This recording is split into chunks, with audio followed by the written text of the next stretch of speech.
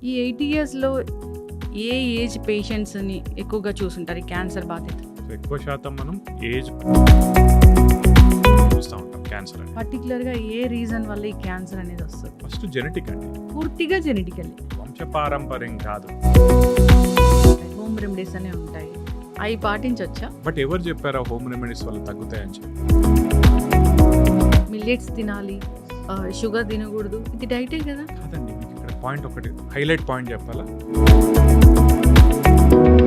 Cancer cells అసలు బాడీలో అసలు గ్రో అవ్వకూడదు అంటే ఒక రకమైన వాటర్ ఉంది, అది తీసుకుంటే అసలు మంచిగా పనిచేస్తుంది. ఆల్కలైన్ వాటర్ అంటున్నారు. నిజంగా మ్యాజిక్ చేస్తుందా డాక్టర్ గారు అది? ఇవన్నీ మార్కెటింగ్ స్కీమ్స్ తప్పితే అసలు క్యాన్సర్ రాకూడదు, అరికట్టాలి, ముందే ప్రివెంట్ చేసుకోవాలి అంటే ఏం లేదా డాక్టర్ గారు? అసలు ఉన్నాయండి, చాలా ఉన్నాయి. కానీ మనం ఇప్పుడు నొప్పి లేని గడ్డలన్నీ క్యాన్సర్ గడ్డలేనా డాక్టర్ గారు? ఇట్లా చెప్తే మళ్ళీ వెంటనే నాకు ఇక్కడ గడ్డ ఉందని చాలా మంది వస్తారు. కాదండి, వెరీ అడ్వాన్స్ ట్రీట్మెంట్ ఉందా క్యాన్సర్స్కి? ఆ కణం యొక్క పని ఏంటి? అది బతకాలి. సో దానిలో డిఫరెంట్ చేంజెస్ తెచ్చుకుంటూ ఉంటుంది. ఎటువంటి ఎన్విరాన్మెంట్ ఉన్నా అది బతకడానికి అది పెరుగుతూ ఉంటుంది, మల్టిప్లై అవుతూ ఉంటుంది. అప్పుడు మనం దాన్ని ఐడెంటిఫై చేసి welcome to iDream media. So cancer పెద్ద మహమ్మారి. సో డయాబెటీస్, బీపీ ఇలా వచ్చినంతగా ఎక్కువగా క్యాన్సర్ అనేది వస్తుంది. క్యాన్సర్ బాధితుల సంఖ్య కూడా రోజు రోజుకి పెరుగుతుంది.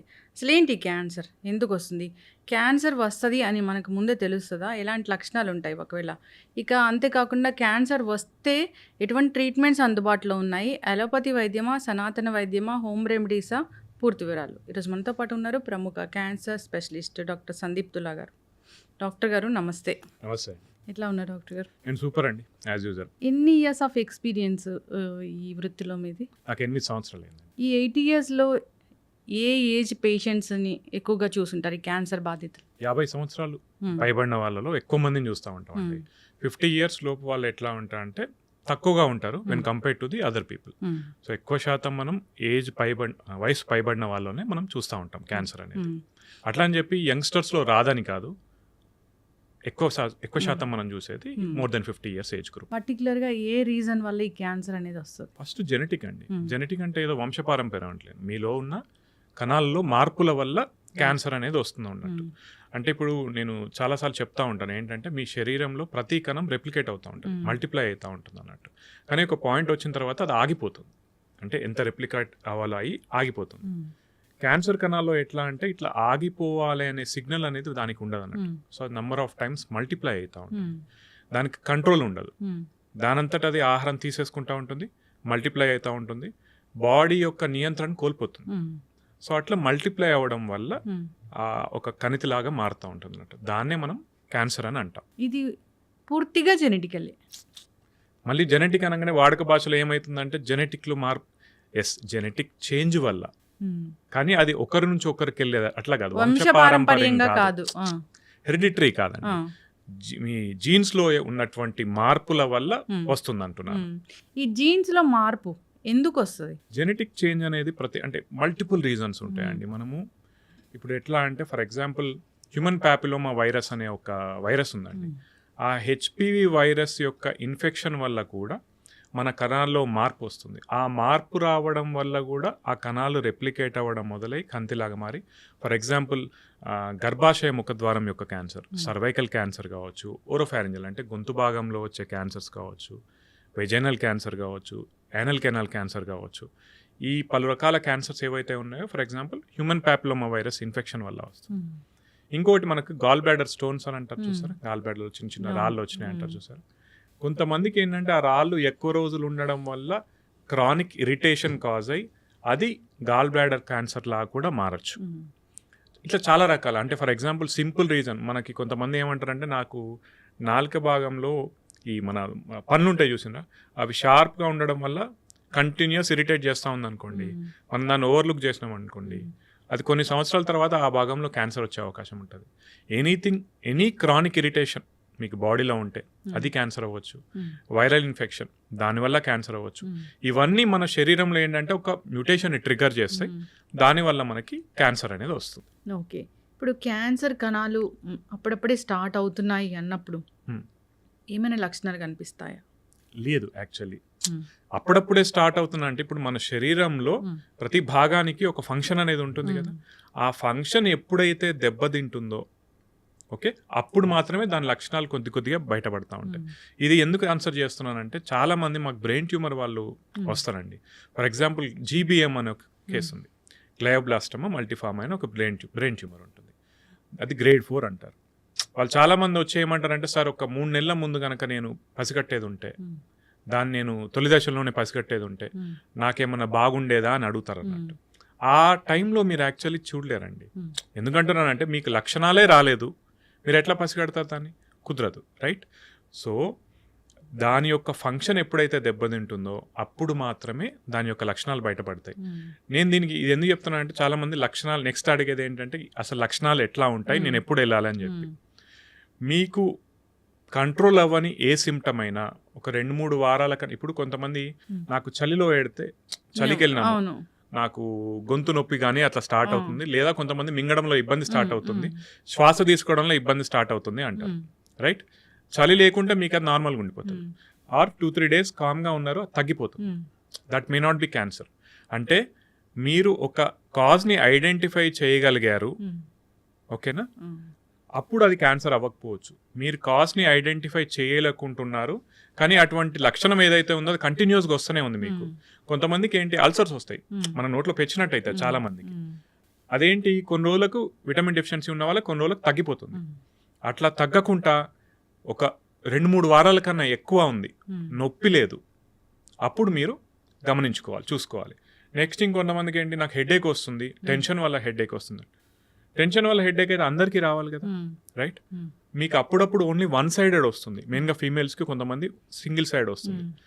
అది మైగ్రేన్ అయి ఉండొచ్చు, కానీ మీకు ఆ ఇంటెన్సిటీలో డిఫరెన్స్ తెలిసిపోతుందండి. అంటే ఎప్పుడు వచ్చే తలనొప్పిరా కాకుండా కొంచెం డిఫరెంట్గా మీకు అనిపిస్తుంది, తల తిరగడం మొదలవుతుంది ఎక్కువగా, వెళ్ళి చూయించుకోండి. నెక్స్ట్ మీకు మింగడంలో ఎటువంటి ఇబ్బంది లేదు, ఎప్పుడైనా ఇన్ఫెక్షన్ వచ్చినప్పుడు అది రావచ్చు. అట్లా కాకుండా కంటిన్యూస్గా మీరు ఫస్ట్ ఫుడ్ తీసుకునేటప్పుడు నాకు కొద్ది ఇక్కడ ఆగినట్టు అవుతుంది అనిపిస్తుంది అనుకోండి, వెళ్ళి చూయించుకుంటే మంచిది. ఇక్కడ యాక్చువల్లీ వెళ్ళి చూయించుకుంటే మంచిది. అంటే ప్రతి లక్షణంలో ఏమవుతుందంటే ఫర్ ఎగ్జాంపుల్ ఎవరైనా హెడేక్ అని వచ్చారు నా దగ్గరికి, వాళ్ళకు రెండు చేశాను నేను. ఒకటి ఎంఆర్ఐ రాశాను, ఒకటి ఏమవ్వదు అని పంపించాను. క్లినికల్గా మీరు కొన్నిటిని ఐడెంటిఫై చేయలేరండి. నేను ఏమీ లేదని పంపించిన వాళ్ళకి నెక్స్ట్ మళ్ళీ ఎంఆర్ఐ చేస్తే క్యాన్సర్ అని వచ్చింది అనుకుందాం, వాళ్ళు తిడతారు నన్ను. ఎంఆర్ఐ రాసిన వాళ్ళకి ఏం లేదన్నాను అనుకోండి, వీడు నాకు అనవసరంగా టెస్ట్ రాసినని వీళ్ళు తిడతారు. అనవసరంగా టెస్ట్ రాసినట్లు అవ్వదు కదా, ఉందో లేదో అన్న భయం పోతుంది కదా. అదే. సో మన వాళ్ళకి ఎట్లా ఫీలింగ్ ఉందంటే అనవసరంగా టెస్ట్ రాస్తారని మర్చిపోతారు. అంటే ప్రాబ్లంతో మన దగ్గరకు వచ్చినప్పుడు ఏమో సార్ మీరు ఏది చెప్పినా చేస్తాము అన్నప్పుడు ప్రతి దానిలో డబ్బులు సంపాదించుకోవాలని ఏమి ఉండదండి మనకి. ఎందుకంటే ఒక పేషెంట్కి మంచిగా ఒక పేషెంట్ మౌత్ ఆఫ్ వర్డ్తో చెప్తేనే మాకు మళ్ళీ వస్తారు కదా. సో ప్రతి ఒక్కరికి ఒక పేషెంట్ నుంచి డబ్బులు సంపాదించేసుకోవాలని ఏమి ఉండదు. మాకు ఎట్లా ఉంటుంది, వాళ్ళు అప్పుడు చెప్పిన ప్రాబ్లం బట్టి మనకి ఇంపార్టెంట్ అనుకుంటే ఆ టెస్ట్ రాస్తాం, ఓకేనా? కానీ ఆ ప్రాబ్లం లేదు మీకేం కాదు అని చెప్పిన వ్యక్తి నెక్స్ట్ ఒక దగ్గరికి వెళ్ళి మాట్లాడేటప్పుడు మెయిన్గా మా మంచిర్యాల మా కరీంనగర్ ఏరియాలో ఎట్లుంటుందంటే, అని ఈయన దగ్గర పోయినరా అనవసరంగా 5,000 టెస్టులు రాసిండ్రా అంటారు, ఓకేనా? అప్పుడు ఆయన కాన్వర్జేషన్లో అది అనవసరం అయిపోతుంది. కానీ డాక్టర్ దగ్గరకు వచ్చినప్పుడేమో మీరు ఏది చెప్పినా కూడా చేస్తాం సార్ అంటారు. సో ఇది ఆల్వేస్ ఏ డిస్కషన్ అన్నట్టు మాకు పేషెంట్స్కి మధ్యలో, లేదా డిఫరెంట్ ఫోరమ్స్లో కూడా. ఎస్, ఖచ్చితంగా డాక్టర్ గారు ఇప్పుడు ఈ క్యాన్సర్ లక్షణాలు అంటే మీరు చెప్పినట్లు అవి డిఫరెంట్ ముందుగా తెలియవు, ఏదైనా కొంచెం మనకి తగ్గనట్లుగా, సో ఇది నార్మల్గా లేదు అనిపిస్తే మాత్రం ఒకసారి డాక్టర్ దగ్గరికి వెళ్ళడం మంచిది. ఒకవేళ మీకు పీరియడ్స్ ఆగిపోయినాయి ఎవరికైనా కూడా, మళ్ళీ తర్వాత బ్లీడింగ్ స్టార్ట్ అయింది ఎప్పుడైనా కూడా, చుక్క బ్లీడ్ పడ్డా కూడా వెళ్ళి చూయించుకోవాలి. Menopause, post menopausal females mainly, తెల్లబట్ట అయినా కూడా, వైట్ డిశ్చార్జ్ అని, ఇవి 2 లక్షణాలు ఎందుకు ఇంపార్టెంట్గా నేను చెప్తున్నానంటే చాలా మంది ఇది చెప్పుకోరండి ఇప్పటికీ. స్టిల్ ఈవెన్ ఎడ్యుకేటెడ్ ఫీమేల్స్ కూడా, ఇప్పుడు హైదరాబాద్ పెరిఫరీస్లో ఉన్న వాళ్ళు కాదండి, హైదరాబాద్లో ఉన్న వాళ్ళు కూడా చాలా మంది ఒక 3-4 months తర్వాత వస్తారు. ఎందుకమ్మా అంటే వాళ్ళు ఇప్పటికీ మనం డిస్కస్ చేయరు కదా ఇంట్లో, నాకు పీరియడ్స్ వస్తుంది, మళ్ళీ బ్లీడ్ అవుతుంది, లేదా వైట్ డిశ్చార్జ్ అవుతుంది, అదొక షై ఫీలింగ్ ఉండిపోతుంది. సో నేను చెప్పేది ఏంటంటే పోస్ట్ మెనోపాసల్ ఫీమేల్స్ ఎవరైనా కూడా ఒకవేళ బ్లీడింగ్ అవుతుంది మనకి, డెఫినెట్లీ చూయించుకోండి. వైట్ డిశ్చార్జ్ అవుతుంది, డెఫినెట్లీ చూయించుకోండి. లేదా ప్రీమెనోపాసల్ అంటే మనకు పీరియడ్స్ రెగ్యులర్గా వస్తున్నాయి, అవి ఇర్రెగ్యులర్ అయినా కూడా డెఫినెట్లీ చూయించుకోవాలి మీరు. ఇవి ఈ ఇర్రెగ్యులర్ పీరియడ్స్ కానీ హెవీ బ్లీడింగ్ కానీ కొన్ని టిప్స్ అనేవి ఉంటాయి, హోమ్ రెమెడీస్ అనేవి ఉంటాయి, అవి పాటించవచ్చా? హోమ్ రెమెడీస్ పాటించవచ్చండి. I'm never against home remedies. But ఎవరు చెప్పారా హోమ్ రెమెడీస్ వల్ల తగ్గుతాయని చెప్పి? అదొకటి గమనించుకోవాలి. అండ్ హోమ్ రెమెడీస్ పాటించే వాళ్ళకి నేను ఒక్కటే చెప్తానండి, ఎన్ని రోజులు పాటించాలనేది ఫిక్స్ చేసుకోండి. నేను ఒక 2 వారాలు చూస్తాను, నాకు ఇది తగ్గకుంటే ఓకే 2 వీక్స్ చూసుకో. కానీ నేను 2-3 మంత్స్ చూస్తున్నాను, నాకు తగ్గట్లేదు ఉంటారండి. హోమ్ రెమెడీస్ నా దగ్గర ఏనల్ కెనాల్ క్యాన్సర్ వాళ్ళంటే మనకి లెటిన్ పోయే దారి ఏదైతే ఉంటుందో అక్కడ వాళ్ళకి పైల్స్ అనుకొని వాళ్ళ ఇంట్లోనే రెమెడీస్ స్టార్ట్ చేశారు. రైట్? ఎన్ని రోజులు? 2 నెలలైంది, 3 నెలలైంది, 4 నెలలైంది, 5 to 6 months తర్వాత నా దగ్గరకు వస్తే జస్ట్ ఒక ఫింగర్ పెట్టి టెస్ట్ చేస్తే అక్కడ లోపల హార్డ్ మాస్ తెలుస్తుంది మనకి. ఓకేనా? సో హోమ్ రెమెడీస్ పాటించే వాళ్ళకి ఏంటంటే, సరే మీరు పాటిస్తే పాటించండి, నేను కాదన్ను, కానీ ఒక టైం లైన్ పెట్టుకోండి. ఓకేనా? లేదా మీరు అది పాటించండి, బట్ అట్లీస్ట్ ఒక డాక్టర్ దగ్గరకు వచ్చి చూపించుకొని వాళ్ళు ప్రిస్క్రైబ్ చేసిన తర్వాత సరే మాది తీసుకోకున్నా పర్లేదు, అక్కడ ఏం లేదనుకున్న తర్వాత యూ గో విత్ యూర్. ఖచ్చితంగా డాక్టర్ చక్కగా చెప్పారు. జనరల్గా ఏంటంటే హోమ్ రెమెడీస్, పసరు వైద్యాలు, నాటు వైద్యాలు ఇలాంటివి కూడా బాగా పనిచేస్తాయి అని, ఇలాంటి క్యాన్సర్స్ కానీ అసలు డాక్టర్ దగ్గరికి వెళ్తే అలోపతి డాక్టర్ దగ్గరికి ఖచ్చితమైన టెస్టులు ఉంటాయి, అది క్యాన్సర్ వల్ల వచ్చిన ట్యూమరా లేకపోతే నార్మల్దా అనేది వాళ్ళకి తెలుస్తుంది. ఆ టెస్టుల ద్వారా బయాప్సీలు అలాంటివి చేస్తారు, తెలుసుకుంటారు. ఇప్పుడు ఇలాంటి వాటి దగ్గరికి వెళ్తే నార్మల్గా పసరు వైద్యాలు, సనాతన వైద్యాలు అలాంటి వాటి దగ్గరికి వెళ్తే టెస్టులు ఏమి ఉండవు, అదే పట్టుకొని చూడడము అట్లనే ఉంటుంది. దానికి కావాల్సిన ఆ మందులు ఇవ్వడము, సో దాన్ని తగ్గించడం, అప్పటికప్పుడు సప్రెస్ చేయడం అలా జరుగుతూ ఉంటుంది. దీనివల్ల ఏమవుతుందంటే జనరల్గానే అది ఎక్కువగా వేరే స్టేజ్కి వెళ్ళేలాగా అవుతూ ఉంటుంది. అట్లాంటి కేసులు మీరు ఏం చూసారు, ఎన్ని చూస్తున్నారు? సో ఏదైనా బాగా సివియర్ అయ్యి మీ దగ్గరకు వచ్చి నా కేసు ఏమైనా ఉందా? ఇక్కడ ప్రాబ్లం ఏమవుతుందంటే, మీ జనరల్గా అందరూ ఎడ్యుకేటెడ్ అయిపోయారండి. అంటే ఏ రకంగా చెప్తున్నాను అంటే, మీరు అన్నారు కదా వాళ్ళకి ఏం టెస్ట్లు ఉన్నాయి, లేదండి ప్రతి ఒక్కరు పెట్ స్కాన్ చేస్తున్నారు. ఏం చేస్తున్నారంటే, నేను ఇచ్చే వైద్యం వాడు, పెట్ స్కాన్ చేయించుకో, రెస్పాన్స్ రాకుంటే మళ్ళీ నేను వైద్యాన్ని పెంచుతాను అంటున్నారు. అట్లా జరుగుతూ ఉంది. నేను యాక్చువల్ చండీగఢ్, పీజీఐ చండీగఢ్లో చేశాను. ఓకేనా? అక్కడ హిమాచల్ ప్రదేశ్లో కూడా ఇటువంటి చాలా ఎక్కువ, ఇటువంటి నమ్మకాలు చాలా ఎక్కువ. కాకపోతే అటు సైడ్ పసరమందు వాళ్ళతో నాకు ప్రాబ్లం ఎక్కువ ఎందుకు ఉండకపోయేదంటే, వాళ్ళు అట్లీస్ట్ ఏం చెప్పేటోళ్ళు అంటే, మీరు అది కూడా వాడండి, నాది కూడా వాడి చూడండి, 2 కలిపి చూడండి అంటే, అక్కడ మేము ఎక్కువ అపోజ్ చేసేవాళ్ళం కాదు. ఎందుకంటే ఇట్స్ యువర్ బిలీఫ్. కానీ పసరమందు వల్ల కొన్ని వాడడం వల్ల లివర్ పాడైన సందర్భాలు ఉంటాయి. కొన్నిసార్లు ఏం చేస్తారంటే ప్లేట్లెట్స్ కౌంట్ తగ్గిపోయి బ్లీడ్ అయ్యి వచ్చే వాళ్ళు ఉంటారు. కొన్నిసార్లు కొంతమంది ఏం చేస్తారు, వాళ్ళు చెప్పినా కూడా వీళ్ళు మా దగ్గరకు వచ్చి మెడిసిన్స్ ఏం తీసుకోరు పేషెంట్స్, దే జస్ట్ కంటిన్యూ ఆ పసర మందులు కావచ్చు ఏదైనా అది కంటిన్యూ చేస్తారు. డిజీజ్ ప్రోగ్రెస్ అవుతుంది. ప్రోగ్రెస్ మన దగ్గరకు వచ్చినప్పుడు మనం ఏం చేయలేం. అయితే ఇందులో 2 types ఆఫ్ పేషెంట్స్, అంటే మాకు బాధ ఎక్కువ ఎప్పుడు అనిపిస్తుందో నేను చెప్తానండి. మనిషికి ఏంటి ఒక ఆశ. ఇప్పుడు టర్మినల్ ఇల్ పేషెంట్స్ వచ్చారు, స్టేజ్ 4. స్టేజ్ 4 అంటే మీరు గుర్తుపెట్టుకోవాల్సింది ఏంటి మేడం, ఒకప్పుడు స్టేజ్ 4 వేరు, ఇప్పుడు స్టేజ్ 4 వేరు. అంటే ఏ రకంగా చెప్తున్నానంటే, సపోజ్ ఒక బ్రెస్ట్ క్యాన్సర్ వాళ్ళు ఉన్నారు, ఊపిరితిత్తులకు కానీ బోన్కి కానీ ఒకటే చోటకు వెళ్ళింది అనుకోండి, టెక్నికలీ స్టేజ్ 4. ఒకప్పుడు దానికి మనం ఏం చేసేవాళ్ళం కాదు. ఇప్పుడు ఏంటంటే టార్గెటెడ్గా మనం దానికి ట్రీట్మెంట్ చేయగలుగుతున్నాం. రైట్? కొంతమంది ఏంటి full bone stage 4. Full blown అంటే ఏంటంటే మొత్తం శరీరం అంతా ఆల్రెడీ స్ప్రెడ్ అయి ఉంటుంది, అంటే వేరే ఆర్గాన్స్ కూడా వచ్చి ఉంటుంది, మొత్తం వెళ్ళిపోయి ఉంటుంది. వాళ్ళకి ఏంటంటే కొన్నిసార్లు పాలియేటివ్ కేర్ అడ్వైస్ చేస్తాం. అంటే వాళ్ళకి ఎటువంటి సిమ్టమ్స్, ఇప్పుడు నొప్పి ఉంది, నొప్పి కంట్రోల్ చేయడానికి, రైట్, వాంతులు అవుతున్నాయి, వాంతులు తగ్గేందుకు, ఓకేనా, ఇటువంటి చెప్పడం తప్పితే యాక్టివ్ ట్రీట్మెంట్ ఏం చేయం. అటువంటి వాళ్ళని తీసుకుపోయి మీరు పసరు మందులో లేదా ఎవిడెన్స్ లేనటువంటి మందులో ఏవో ఇస్తున్నారు, మీ ఆశ కొద్దీ మీరు ఇస్తున్నారు, దాంట్లో తప్పు లేదండి. ఇప్పుడు నేనున్నా కూడా ఫ్యామిలీ మెంబర్స్ పొజిషన్లో సరే ఏదో కొద్దిగా ఆశ ఉంటుంది కదా అని చెప్పి దానిలో ఎటువంటి తప్పు లేదు, తీసుకెళ్ళండి. కొంతమంది ఏం చేస్తున్నారంటే cases, early cases, for example నా దగ్గర ఒక పేషెంట్ ఉన్నారు, నాందేడ్ నుంచి ఉన్నారు, టంగ్ క్యాన్సర్ ముందు భాగంలో వచ్చింది, ఆయనకు ఆపరేషన్ చేస్తే సరిపోయేది, చిన్నగా ఉన్నప్పుడు వచ్చాడు, ఇక్కడ మా దగ్గరకు వచ్చాడు, ఓకే ఆపరేషన్ చెయ్యాలి అన్నాం, వెళ్ళిపోయాడు. 6 నెలల తర్వాత వచ్చాడు. 6 నెలల నుంచి వాళ్ళ లోకల్లో ఆయుర్వేదిక్ డాక్టర్ దగ్గర మందులు తీసుకుంటాం, పెరిగింది, ఇప్పుడు ఇనాపరబుల్ స్టేజ్ 4. టంగ్లో ఏంటంటే ఇనాపరబుల్ అయిపోయి కింది భాగాలకు పోయి వేరే భాగాలకు వెళ్ళకున్నా కూడా దాన్ని స్టేజ్ 4 అని కన్సిడర్ చేసుకుంటాం. ఇప్పుడు దానికి ఏం చేస్తాం? అయితే డాక్టర్ గారు ఇక్కడ ఇంకోటి ఉంది, ఈ మీ దగ్గర రాగానే మందులు అయన్నీ చాలా కాస్ట్‌లీ ఉంటాయి. టెస్ట్‌లు అన్నీ రాస్తారు. అన్నీ చాలా డబ్బులతో కూడుకున్న పని. సరే అందరూ ఎఫర్ట్ చేయలేరు గదా! ఎళ్లి ఆయుర్వేదాలు, చెట్ల మందులు అనేసరికి అవేమి మరీ అంత ఎక్కువ కాస్ట్ కూడా ఉండవు. అని ఆ విధంగా కూడా వెళ్తూ ఉన్న పరిస్థితి. ఎందుకంటే వైద్యం చాలా ఎక్కువ కాస్ట్ అయిపోయింది. ఇక్కడ నేను చెప్పేదేంటంటే మీరు ఇంకోటి గమనించాలి. మీరు కాస్ట్ ఎక్కడ ఉంటుంది? ప్రైవేట్ హాస్పిటల్స్‌లో.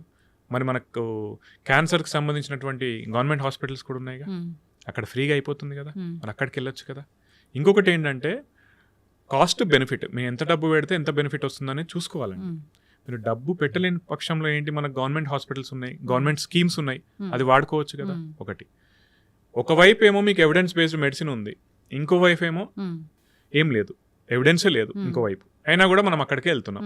దానివల్ల ఉపయోగం ఏంటి? ఎవిడెన్స్ బేస్డ్ వైద్యమే. కానీ ఒక్కొక్కసారి దీనిలో కూడా తగ్గని కేసెస్లు ఉంటాయి. డెఫినెట్లీ ఉంటాయండి. ఇంకొక ఇప్పుడు చాలా మంది ఏం చేస్తారంటే మీ కీమోథెరపీ వల్ల తగ్గదు, రేడియేషన్ వల్ల తగ్గదు, సర్జరీ వల్ల తగ్గదు అంటే మేమే చెప్తున్నాం అన్నీ తగ్గవు. Stage wise, site wise, cancer బట్టి ఉంటుంది ట్రీట్మెంట్. కానీ నేను బ్లాంకెట్ స్టేట్మెంట్ మిగతా వాళ్ళలాగా ఇవ్వలేను కదా. ఒకటి మీరు తగ్గని కేసు పట్టుకొని ఓకేనా పర్సంటేజ్ చూసుకోవాలండి.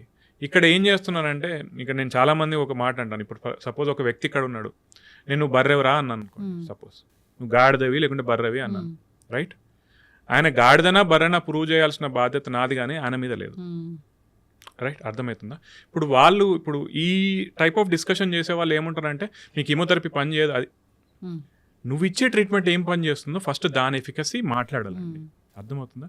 ఏ స్టడీ చూసి నేను ఈ పలానా స్టడీలో ఇట్లా ఉంది అని చెప్పి దీనివల్ల ఇది నేను ఇవ్వడం వల్ల నీకు ట్రీట్మెంట్ అవుతుంది అని ఒకటి చెప్పారనుకోండి, రైట్? దాన్ని ఫాలో అవ్వాలి. కానీ వీళ్ళు ఎంతసేపు వీళ్ళ టాక్టిక్స్ ఏముంటాయంటే మీరు అన్నట్టే డాక్టర్స్ డబ్బులు తీసుకుంటారు, హాస్పిటల్స్ ఖర్చు అవుతుంది, నేను ఫ్రీ, అక్కడ ఏం ఫ్రీ ఉండదు. సరే ఫ్రీ అన్న మాట కూడా పెడదాం. మీరు చూసుకోవాల్సింది ఖర్చు కాదండి, ఫస్ట్ ఎఫికసీ చూసుకోండి ఒకటి. ఇంకొకటి నేను ఒక ఆయుర్వేదిక్ సీనియర్ ప్రొఫెసర్ ఒక ఆయన మెసేజ్ పెట్టారు, మీరు మాట్లాడే చాలా తప్పుగా ఉంటుంది అని చెప్పి. నాకు బాధ అనిపించింది. ఇప్పుడు ఆయుర్వేదం మీద గౌరవం ఉందండి. నేను చాలాసార్లు చెప్తాను, నాకు ఆయుర్వేదం మీద గౌరవం ఉంది. గౌరవం వేరు, ఫ్యాక్ట్స్ వేరు, రైట్? మీరు ఆయుర్వేదిక్ ట్రీట్మెంట్ ఏదైతే ఉందో మనకు చాలా సంవత్సరాల నుంచి ఉంది మన దగ్గర అంటే దాన్ని ఇంప్రూవైజ్ చేయాలి కదా. మరి నా మీద లేదే ఆ బాధ్యత, నాది కాదు ఆ బాధ్యత. మీరు ప్రొఫెసర్స్, మీరు ఎప్పటి నుంచో ఉన్నవాళ్ళు, దాని మీద స్టడీస్ చేయొచ్చు కదా. ఒకవేళ మీకు గనక ఫండింగ్ లేదు అనుకుంటే మీరు గవర్నమెంట్ నుంచి ఫండింగ్ తెచ్చుకోవాలి, రైట్? మరి నా బాధ్యత కాదు కదా. మీరు ఎటువంటి స్టడీ చేయకుండా ఏం చేయకుండా ఆయుర్వేదిక్ క్యాన్సర్లో పనిచేస్తుంది, ఓన్లీ ఆయుర్వేదిక్ క్యాన్సర్లో పనిచేస్తుంది, ఇంకొక ఆయన ఓన్లీ డైట్ క్యాన్సర్లో పనిచేస్తుంది, పని చేయవండి. అంటే జనరల్గా డైట్ చెప్తారు కదా డాక్టర్ గారు, మిల్లెట్స్ తినాలి, షుగర్ తినకూడదు, ఇది డైటే కదా. కాదండి, మీకు ఇక్కడ పాయింట్ ఒకటి హైలైట్ పాయింట్ చెప్పాలా. డైట్ని ఎవ్వరు వ్యతిరేకం కాదు, కానీ డైట్ వల్ల ఇప్పుడు నేను మిమ్మల్ని అడుగుతాను అనుకోండి, మేడం మీరు ఓన్లీ డైట్ చేస్తే క్యాన్సర్ క్యూర్ అవుతుంది అని అంటున్నారు, మీరు నమ్ముతారా? నమ్మరు, రైట్? అది నేను చెప్పేది. డైట్ అనేది ఇంపార్టెంట్. డైట్ అంటే మీరు ప్రాపర్ డైట్ తీసుకోవాలి, దానికి ఎవరు వ్యతిరేకం కాదండి.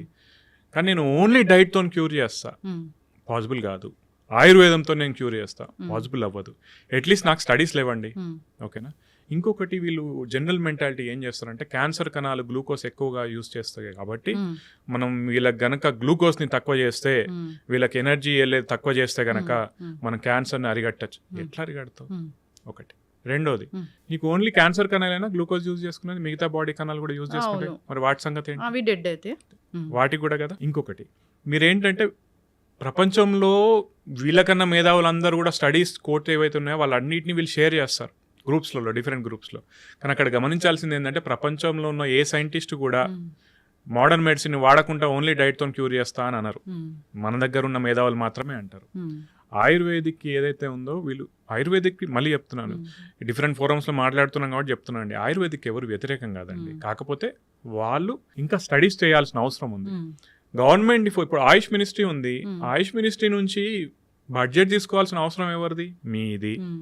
మరి మీరు చేయకుండా ఇప్పుడు already existing evidence based medicine ఏదైతే ఉందో దాన్ని కౌంటర్ చేస్తాను అంటే ఇది వ్యాపారం తప్పితే ఇంకేం కాదు. అవును, ఇది ఎవిడెన్స్ బేస్డ్ మెడిసిన్, ఇది అందరూ ఆమోదించిన వైద్యం. అవునండి, అలోపతి బ్రతికిస్తారు ప్రాణాలని.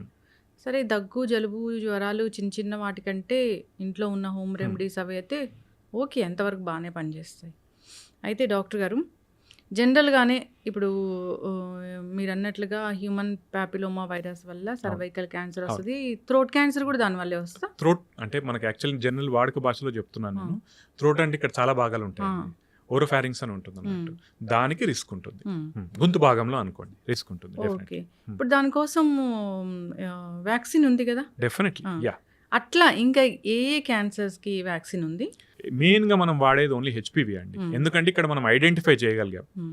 More than 90% of the cancers of cervix, oropharynx హ్మ్. ఇవి రిలేటెడ్ టు హెచ్‌పివి అని మనం ఐడెంటిఫై చేయగలిగాం కాబట్టి హ్మ్. దానికి అగైన్స్ట్‌గా మనం వ్యాక్సిన్ తయారు హ్మ్. చేసుకోగలిగాం. అట్లనే హెపటోసెల్లార్ కార్సినోమా, హ్మ్. లివర్ క్యాన్సర్ ఉంటుంది చూసారా? హ్మ్. మోస్ట్ ఆఫ్ ద క్యాన్సర్స్ చాలా రకాల క్యాన్సర్స్ ఏవైతే లివర్కి సంబంధించినవి ఉంటాయో హ్మ్. అవి హెపటైటిస్ వల్ల వస్తాయి. సో హెపటైటిస్ వ్యాక్సిన్ వేసుకున్నా కూడా దాని నుంచి మనం ప్రొటెక్ట్ చేసుకోవచ్చు. ఓకే. ప్రోస్టేట్కి సంబంధించినటువంటి కూడా ఒక వ్యాక్సిన్ వస్తుంది కానీ ఇంకా అందుబాటులో రాలేదు. హ్మ్. ఇవి మూడిటికే కానీ హ్మ్. మిగతా వాటికి ఇప్పుడైతే ప్రస్తుతానికైతే వ్యాక్సిన్స్ లేవు. ఇప్పుడు క్యాన్సర్ సెల్స్ అసలు బాడీలో అసలు గ్రో అవ్వకూడదు. అంటే ఒక రకమైన వాటర్ ఉంది. అది తీసుకుంటే అసలు మంచిగా పనిచేస్తది. ఆల్కలైన్ వాటర్ అంటున్నారు. నిజంగా మ్యాజిక్ చేస్తదా డాక్టర్ గారు అది? మరి మీరు వేస్తారో లేదో నాకు తెలియదు కానీ హ్మ్. మల్టీ లెవెల్ మార్కెటింగ్ స్కీమ్ అని చెప్పాను కదండి. హ్మ్. ఎంఎల్ఎం స్కీమ్స్ అంటే ఏంటంటే హ్మ్. గొలుసు కట్టు వ్యాపారాలు అంటారు. హ్మ్. అంటే మీరు నా దగ్గర నుంచి తీసుకొని ఇంకో ముగ్గురికి అమ్మండి, హ్మ్. మీకు వాళ్ళ నుంచి వచ్చే కమిషన్ వస్తాయని చెప్తారు. హ్మ్. ఈ ఆల్కలైన్ వాటర్ ప్రమోట్ చేసే చాలా కంపెనీస్ అటువంటివి అండి. ఓకేనా? హ్మ్. మీరు ఫస్ట్ కొంటే మీరు ఇంట్లో ఫిట్ చేసుకుంటే 1,50,000 అండి. మీరు ఇంకో వాళ్ళకి ఎవరికైనా ఫిట్ చేయిస్తే కనుక ఆ హ్మ్. వాటర్ వచ్చే అది ఫిట్ చేయిస్తే కనుక దాని నుంచి సంబంధించిన 25,000-50,000 మీకు వస్తాయని హ్మ్. చెప్తారు. హ్మ్. ఇవన్నీ మార్కెటింగ్ స్కీమ్స్ తప్పితే హ్మ్. ఎక్కడ కూడా ప్రూవెన్ లేదండి. హ్మ్. మీరు మళ్ళీ అందరూ యాంటీగా మాట్లాడతారు. హ్మ్. ఏంటి మీరు నిజంగా తెలిసే మాట్లాడతారు. లేదండి ప్రూఫ్ లేదు. ప్రూఫ్ హ్మ్. ఉంటే ప్రూఫ్ ఉంటే నేను ప్రతి దానిలో ఏం చెప్తానంటే ప్రూఫ్ ఉంటే హ్మ్. నేనే దాన్ని తీసుకొని హ్మ్. నేనే మార్కెట్ చేసుకుంటా. అవును. నేనే బిజినెస్ చేస్తాను దాని హ్మ్. నుంచి. లేదండి దిస్ ఇస్ ఆల్ ఫాల్స్ హ్మ్. అంతే. అసలు క్యాన్సర్ రాకూడదు, అరికట్టాలి, ముందే ప్రివెంట్ చేసుకోవాలి హ్మ్. హ్మ్. అంటే ఏం లేదా డాక్టర్ గారు అసలు? ఉన్నాయండి. హ్మ్. చాలా ఉన్నాయి. కానీ మనం ఫాలో అవ్వని. అంటే హ్మ్. ఏంటంటే హ్మ్. ఇప్పుడు ఫర్ ఎగ్జాంపుల్ మన బరువుని కంట్రోల్‌లో పెట్టుకోవాలి. ఒబీస్ అవ్వకుండా చూసుకోవాలి మనం. హ్మ్. ఓకే. ఎందుకంటే obesity is indirectly linked to హ్మ్. క్యాన్సర్. ఓకే. బరువు పెరిగితే ఆ హార్మోనల్ ఇంబాలెన్సెస్ కావచ్చు, హ్మ్. మైక్రో ఎన్విరాన్మెంట్ అంటారు. మన శరీరంలో ఒక ప్రపంచం అనుకోవచ్చు. హ్మ్. దానిలో సబ్‌అక్యూట్ ఇన్‌ఫ్లమేషన్ అంటారు. హ్మ్. ఆ చేంజెస్ వల్ల కూడా క్యాన్సర్ వచ్చే అవకాశాన్ని పెరిగినట్టు హ్మ్. మనం బరువుని కంట్రోల్‌లో పెట్టుకోవాలి. హ్మ్. ఓకేనా? హ్మ్. ఒబెసిటీని. జంక్ ఫుడ్ తినొద్దు. తింటాము. హ్మ్. నెక్స్ట్ ప్రాపర్ డైట్ తీసుకోవాలి. గ్రీన్ లీఫీ వెజిటబుల్స్ కావచ్చు. మనకు ఆహారం మంచిగా తీసుకోవాల్సి ఉంటుంది. హ్మ్. ఇప్పుడు మనము ఎక్కువ శాతం ఇప్పుడు నేను ఎన్ని చెప్పినా మళ్ళీ వాళ్ళ పోయి మేబీ స్విగ్గీ, జొమాటో నుంచి బయట నుంచి ఆర్డర్ పెట్టుకుంటాను. హ్మ్. ఓకే. అర్థమవుతుందా మేడం? హ్మ్. మనం ప్రాపర్ డైట్ తీసుకుంటూ హ్మ్. చెడు అలవాట్లకు దూరంగా ఉంటూ హ్మ్. అంటే స్మోకింగ్ కావచ్చు, ఆల్కహాల్ కావచ్చు వీటన్నిటికీ దూరంగా ఉంటూ హ్మ్. మనము మన ఫిట్నెస్ని బాగా మెయింటైన్ చేస్తూ ఒబెసిటీని కంట్రోల్ చేసుకుంటూ హ్మ్. ఇవన్నీ ఉంచుకుంటే కనుక హ్మ్. మళ్ళీ ఇక్కడ ఏంటంటే ఇవన్నీ ఉన్న క్యాన్సర్ రావంటే వస్తాయి. హ్మ్. కానీ ఇవన్నీ లేని వాళ్ళతో కంపేర్ చేస్తే మీకు తక్కువగా వస్తాయి. హ్మ్. ఇవి ఎందుకు చెప్తున్నా అంటే మన చుట్టుపక్కల ఉన్న వాళ్ళు హ్మ్. ఒక నలుగురు ఇవన్నీ పాటించే వల్ల క్యాన్సర్ వచ్చిందనుకోండి మనకేం ఫీలింగ్ వస్తుంది? వీళ్ళందరూ పాటించారు కదా! అయినా వీళ్ళకి క్యాన్సర్ వచ్చింది. హ్మ్. సో ఏం పాటించినా వస్తుంది, అవును. పాటించకున్నా వస్తుంది. యోగా చేస్తారు, డైట్ చేస్తారు, అసలు నాన్ వెజ్ తీసుకోరు, అసలు చెడు అలవాట్లు లేవు, అయినా క్యాన్సర్ వచ్చింది. హ్మ్. సో మీరు ఆలోచించాల్సింది ఏంటంటే క్యాన్సర్ మల్టీ ఫ్యాక్టోరియల్ అండి. హ్మ్. అంటే నేను మంచి పోషకాహారం తీసుకుంటాను, నాకు క్యాన్సర్ రాదు. నువ్వు వచ్చే మంచి రిస్క్ తక్కువ. రిస్క్ ఆ! తగ్గుతుంది. ఇది మంచి పాయింట్. ఏంటంటే మీకు ఏ పని చేసినా కూడా మీరు క్యాన్సర్ వచ్చే రిస్క్‌ని తగ్గించుకుంటున్నారు గానీ జీరో చేసుకోరు. హ్మ్. ఓకేనా? హ్మ్. అది గమనించాలి. అది గమనించకుండా హ్మ్. నీ చుట్టుపక్కల వాళ్ళతోని కంపేర్ చేసుకొని నువ్వు హ్మ్. వాళ్ళ అలవాట్లను కాకుండా నువ్వు చెడు అలవాట్లను అలవాటు చేసుకుంటే రిస్క్ పెంచుకున్న వాళ్ళైతారు. హ్మ్. ఇంకొకటి గుర్తుపెట్టుకోవాల్సింది ఏంటంటే ఇప్పుడు మీరు నేను కంపేర్ చేసుకోవాలనుకుంటే మనం ఇష్టపడం చూసారా? నేను మీతోని ఎందుకు కంపేర్ చేసుకోవాలనుకుంటాం. రైట్? మంచి విషయాలు ఇప్పుడు బాడీలో నువ్వు నాకంటే మంచిగా ఉంటావా, నేను నీకంటే ఇట్లా అనుకున్నప్పుడు హ్మ్. మనం అస్సలు కంపారిజన్కి ఒప్పుకోం ఒకరితోని. కానీ ఇటువంటి విషయాల్లో మాత్రం మనం కంపారిజన్కి రెడీగా ఉంటాం. నేను అందరికి అదే చెప్తాను. అట్లా కాదు, హ్మ్. ఇంకొకరితో కంపేర్ చేసుకోవద్దు.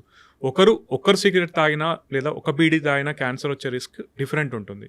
ఒకరు 10 సిగరెట్లు 20 సిగరెట్లు తాగినా కూడా రిస్క్ డిఫరెంట్ ఉంటుంది. హ్మ్. ప్రతి శరీరం డిఫరెంట్. రైట్? మీకు ఏది మంచో చూసుకోవాలి కానీ పక్క వాళ్ళని కంపేర్ చేసుకుంటూ పక్క వాళ్ళకి వచ్చిందో రాలేదో అని చెప్పి మీ అలవాట్లను మార్చుకుంటా ఉంటే మళ్ళీ అల్టిమేట్లీ మనమే ఇబ్బంది పడతాం. ఇంకొక డాక్టర్ గారు, నేను ఈ మధ్య ఒక వీడియో చూశాను. స్ట్రెస్ ఉంది బాగా, ఎక్కువ ఆలోచిస్తారు, పక్క వాళ్ళ మీద పగ తీర్చుకోవాలనుకుంటూ ఉంటారు, ఎప్పుడు వాళ్ళ పక్కన వాళ్ళ గురించి ఆలోచిస్తారు అన్నప్పుడు అలాంటి వాళ్ళకి కూడా క్యాన్సర్ వస్తుందంట. యాక్చువల్లీ నిన్నే ఒకరు మెసేజ్ పెట్టారు, స్ట్రెస్ మీరు బాగా స్ట్రెస్ అవుతున్నట్టున్నారు, మీ బాగా మిగతా వాళ్ళ మీద ఏడ్చి చేస్తున్నట్టున్నారు, మీకే క్యాన్సర్ రిస్క్ వచ్చే అవకాశం ఉంది అని పెట్టారు. సరే వీళ్ళు ఇట్లా అంటున్నారేంటి అని చెప్పి మళ్ళీ ఒకసారి చూసానండి, అట్లేం లేదండి. డైరెక్ట్ యాక్చువల్లీ ఏంటంటే స్ట్రెస్ఫుల్ లైఫ్ డెఫినెట్లీ మీకు హార్మోన్ ఇంబ్యాలెన్సెస్ కావచ్చు, మీ శరీరంలో డిఫరెంట్ చేంజెస్ తీసుకొస్తాయి, కానీ ప్రస్తుతానికైతే ఏ స్టడీ లింక్ చేయట్లేదు. అట్లని చెప్పి స్ట్రెస్ లేని వాళ్ళకు రాదు, స్ట్రెస్ ఉన్న వాళ్ళకి వస్తుందని కాదండి. Again this is different. అంటే రిస్క్ పెరుగుతుందా లేదా, మీరు ఏదైనా స్టడీ ఉందా అని నాకు అడిగారనుకోండి, లేదండి. జనరల్ కాకపోతే ఇట్లా చెప్తే మళ్ళీ అందరు ఏమంటారో నాకు తెలియదు. నేనైతే ఏమంటాను, స్ట్రెస్ తగ్గించుకోవాలి. ఆబ్వియస్లీ మీరైనా stressful life is not good for your health. కానీ దానివల్ల క్యాన్సర్ వస్తుందా నాకు తెలియదండి. ఎక్కడైతే నేను చూడలేదు, ఏ స్టడీ అయితే లేదు. మేబీ ఇన్ ద ఫ్యూచర్ వస్తే నేను యాక్సెప్ట్ చేస్తాను. డిఫరెంట్ ఆర్గాన్స్ కి క్యాన్సర్ ఎందుకు వస్తుంది అది అడుగుతాను నేను. షూర్. జనరల్ అవేర్నెస్ కోసం. లంగ్స్ ఎందుకు వస్తుంది? ఊపిరితిత్తుల క్యాన్సర్ ఫస్ట్ మనకు మేజర్ రిస్క్ ఫ్యాక్టర్ ఎక్కువ శాతం మందికి స్మోకింగ్ అండి. అది డైరెక్ట్ కావచ్చు, ఇండైరెక్ట్ కావచ్చు. అంటే మీ ఇంట్లో వాళ్ళు ఎవరు స్మోక్ చేసింది మీరు పీల్చుకున్నా కూడా వచ్చే అవకాశం ఉంటుంది. గుట్కా కావచ్చు, టొబాకో ప్రోడక్ట్స్ ఏ ఉన్నా కూడా రిస్క్ ఎక్కువ. ఓకేనా? ఎయిర్ డస్ట్ పొల్యూషన్ వల్ల వస్తుందా లేదా అనేది ఇంకా స్టడీస్ జరుగుతున్నాయి, కానీ ప్రూవెన్ ఎవిడెన్స్ అయితే లేదు ప్రస్తుతానికి. మేబీ ఇన్ ద ఫ్యూచర్ రావచ్చు. ఎందుకంటే ఒకప్పుడు కొన్ని ఫ్యాక్టరీస్లో పనిచేసే వాళ్ళకి డైరెక్ట్ దాని డస్ట్ ఇన్హలేషన్ వల్ల లంగ్ క్యాన్సర్ ఎక్కువ వచ్చే అవకాశం ఉందని కొన్ని స్టడీస్ చెప్పాయి, కానీ కన్క్లూజివ్ ఎవిడెన్స్ రాలేదు. సో ఇన్ ది ఫ్యూచర్ మనం maybe will get a study wherein ఈ పొల్యూషన్ వల్ల కూడా వచ్చే అవకాశం ఉంటుంది అని చెప్పి. ఇవి మనం డిటెక్టబుల్ రిస్క్ ఫ్యాక్టర్స్ అండి. Undetectable risk factors will never know. Lung cancer సంబంధించినంత వరకు ఇంకా ఎక్కువగా చూస్తాం ఏంటంటే థ్రోట్ క్యాన్సర్, విమెన్ లో కూడా ఎక్కువ చూస్తూ ఉన్నాం. అది ఎందుకు? థ్రోట్ క్యాన్సర్ ఇంతకుముందు చెప్పినట్టు major risk factor human papilloma virus అండి. సో నేను అందరికీ ఏం చెప్తున్నా, ఈ మధ్యకాలంలో ఒకవేళ 9 నుంచి 15 సంవత్సరాల ఆడపిల్లలు మీ ఇంట్లో ఉంటే కనుక, మగవాళ్ళు కూడా ఉంటే కనుక, పిల్లలకి హెచ్పివి వ్యాక్సిన్ వేయించేసేయండి. మీరు దాదాపు 70 to 80% ఆఫ్ ది రిస్క్ తగ్గించుకున్న వాళ్ళు అవుతారు. ఇంకొకటి సింపుల్గా మనం చూడాలనుకుంటే, మనకు టొబాకో పెట్టుకుంటారు కదా, తంబాకు పెట్టుకుంటారు, వాళ్ళకు రిస్క్ ఉంటుంది. ఇంకొకటి మా నాన్నమ్మ ఎక్కువ భాగాలు పెట్టుకునేది. ఓకేనా? మా అన్నయ్య మొన్న అంటున్నాడు, వాళ్ళకి ఏం కాలేదు కదరా అంటే, రిస్క్ ఉంటుంది. అది భాగాలు సింపుల్ భాగాలు పెట్టుకున్నా కూడా, జర్దా పెట్టుకున్నా కూడా రిస్క్ ఉంటుంది. అది ఎవరికి వస్తుందో చెప్పలేం. మనకు షార్ప్ అండ్ టీత్ అంటారు. టీత్ షార్ప్గా ఉన్నా కూడా అది కంటిన్యూస్ ఇరిటేట్ చేసినా కూడా ఒక పాయింట్ ఆఫ్ టైంలో అది క్యాన్సర్గా మారచ్చు. అది కూడా one of the risk factor. ఇప్పుడు హ్యూమన్ ప్యాపిలోమా వైరస్ అన్నారు కదా, అవునండి, 2-3 టైమ్స్ చెప్పారు దాని గురించి. ఇప్పుడు నాకు అది ఎక్కడి నుంచి వస్తుంది డాక్టర్ గారు? సెక్షువల్ ట్రాన్స్మిషన్ అండి. సెక్షువల్ ట్రాన్స్మిషన్ ద్వారా వచ్చే అవకాశం ఎక్కువ ఉంటుంది. అందుకే మనం ఈ ఏజ్ గ్రూప్లో 9 నుంచి 15 సంవత్సరాల వరకు ఎందుకు అంటామంటే, ఆ ఏజ్ గ్రూప్లో వాళ్ళు ఇంకా సెక్షువల్లీ యాక్టివ్ ఉండరు కాబట్టి ఆ ఏజ్ గ్రూప్లో ఇస్తే మంచిది. ఇంకొకటి ఏంటంటే, యాక్చువల్లీ ఇండియన్ పాపులేషన్కి ఏమంటామంటే 26 సంవత్సరాల వరకు కూడా ఇవ్వచ్చు అని చెప్పి. ఎందుకంటే వెస్టర్న్ పాపులేషన్తో కంపేర్ చేసుకుంటే మనకు పెళ్లి కాక ముందు సెక్షువల్ యాక్టివ్ ఉండే వాళ్ళు చాలా తక్కువ మంది ఉంటారు when compare to the western population. So 26 years వరకు ఇచ్చుకున్నా కూడా ఏమవ్వదు అని చెప్తా ఉంటాం. ఇంకా ఈ పొట్టలో క్యాన్సర్ ఈ మధ్య ఎక్కువగా వింటూ ఉన్నాము. హెచ్ పైలోరీ బ్యాక్టీరియా, దానికోసము ఇంకా అంతే కదా రకరకాల ఆల్సర్స్ అసలు మనము నార్మల్గా ఈ ఈనోలు ఇలాంటివి తీసుకొని దాన్ని అలా సప్రెస్ చేయడం వల్ల అదే పెద్ద క్రానిక్ అయిపోయి క్యాన్సర్ వస్తుంది అని. దానిలో వాస్తవం ఎంత? అది ఎట్లా తగ్గించుకుంటాం? అది యాక్చువల్లీ వాస్తవమే. ఏంటంటే క్రానిక్ అల్సర్స్ ఏవైతే చాలా మందికి ఉంటాయో అవి ఫ్యూచర్లో క్యాన్సర్గా డెవలప్ అయ్యే అవకాశం ఉంటుంది అన్నట్టు. సో అందరికీ ఏంటంటే ఎండోస్కోపీ చేసి వాళ్ళు టెస్ట్ చేసుకుంటారండి. హెచ్ పైలోరీ కనుక ఉంటే కనుక అది వాళ్ళకి రిస్క్ ఫ్యాక్టర్. సో దాన్ని తగ్గించుకునేందుకు యాక్చువల్లీ మనకి కిట్ ఉంటుంది, టాబ్లెట్స్ ఉంటాయి, అది వేసుకుని తగ్గించుకుంటే మంచిది. ఇంకొకటి కోలాన్ క్యాన్సర్, పెద్దపేక క్యాన్సర్ కూడా మనకి ఎక్కువ అవుతూ ఉంటుంది అన్నట్టు. ఇది ఎవరికి ఎక్కువ అంటే రెడ్ మీట్, అంటే ప్రాసెస్డ్ మీట్స్ కానీ రెడ్ మీట్ కానీ ఎక్కువ తినే వాళ్ళు ఎవరైతే ఉంటారో వాళ్ళలో ఎక్కువ చూస్తాం. అందుకే కోలాన్ క్యాన్సర్ మనం వెస్టర్న్ పాపులేషన్లో ఎక్కువ చూస్తూ ఉంటాం. ఇప్పుడు మన దగ్గర కూడా ఫుడ్స్ ఎక్కువ తీసుకుంటున్నాం, ప్రాసెస్డ్ మీట్స్ కానీ రెడ్ మీట్ కానీ ఎక్కువ తీసుకుంటున్నాం కాబట్టి మనకు కూడా ఆ అవకాశం పెరుగుతుంది. కాకపోతే when compare to the western population, ఇది నాకు అందరూ వచ్చి ఏమంటారంటే, సార్ నేను ఇప్పుడు మీట్ తీసుకోవడం ఆపేస్తే మంచిదా అంటే, కాదండి. వాళ్ళు ఏంటంటే వాళ్ళ డైట్లో ఖచ్చితంగా రోజు ఉంటుంది. మనం వారానికి ఒకసారి, వారానికి 2 సార్లు కొంచెం క్వాంటిటీ తీసుకుంటాం, దానివల్ల ఏమి ఇబ్బంది ఉండదు. ఓకేనా? సో మీరు కంప్లీట్గా మీట్ మానేయాల్సిన అవసరం అయితే లేదు. You can have that. అంటే వెజ్, నాన్ వెజ్ ఇలా కంపేర్ చేస్తే నాన్ వెజిటేరియన్స్‌లో ఎక్కువగా క్యాన్సర్ వచ్చే రిస్క్ ఉంటుందా? లేదు, నాన్ వెజిటేరియన్స్లో ఎక్కువ వస్తుందని మ్మ్. కాదు. Only processed meats or red meat తీసుకునే వాళ్ళలో మ్మ్. రిస్క్ ఎక్కువగా ఉంటుంది. మ్మ్. మీట్ ఏంటంటే మన ఇండియన్ పాపులేషన్లో మనం సంబంధించినంత వరకు మ్మ్. మన ఫుడ్స్లో ఎక్కువ కార్బోహైడ్రేట్స్ ఉండేలా చూసుకుంటాం, కానీ ప్రోటీన్ అనేది మనకు శరీరానికి ఇంపార్టెంట్ అండి. ప్రోటీన్ కావచ్చు, ఫైబర్ కావచ్చు, మ్మ్. అది మన ఫుడ్ కంటెంట్లో తక్కువ తీసుకుంటాం. మ్మ్. అది కూడా మనం మెయింటైన్ చేయాలి యాక్చువల్లీ. సో ప్రోటీన్ ఎక్కడి నుంచి వస్తుంది అయితే మనకు వెజిటేరియన్స్ ఏంటి, బీన్స్ కావచ్చు, లేదా మన పనీర్ కావచ్చు, వీటి నుంచి తీసుకోవచ్చు. ఎగ్, మీట్, మ్మ్.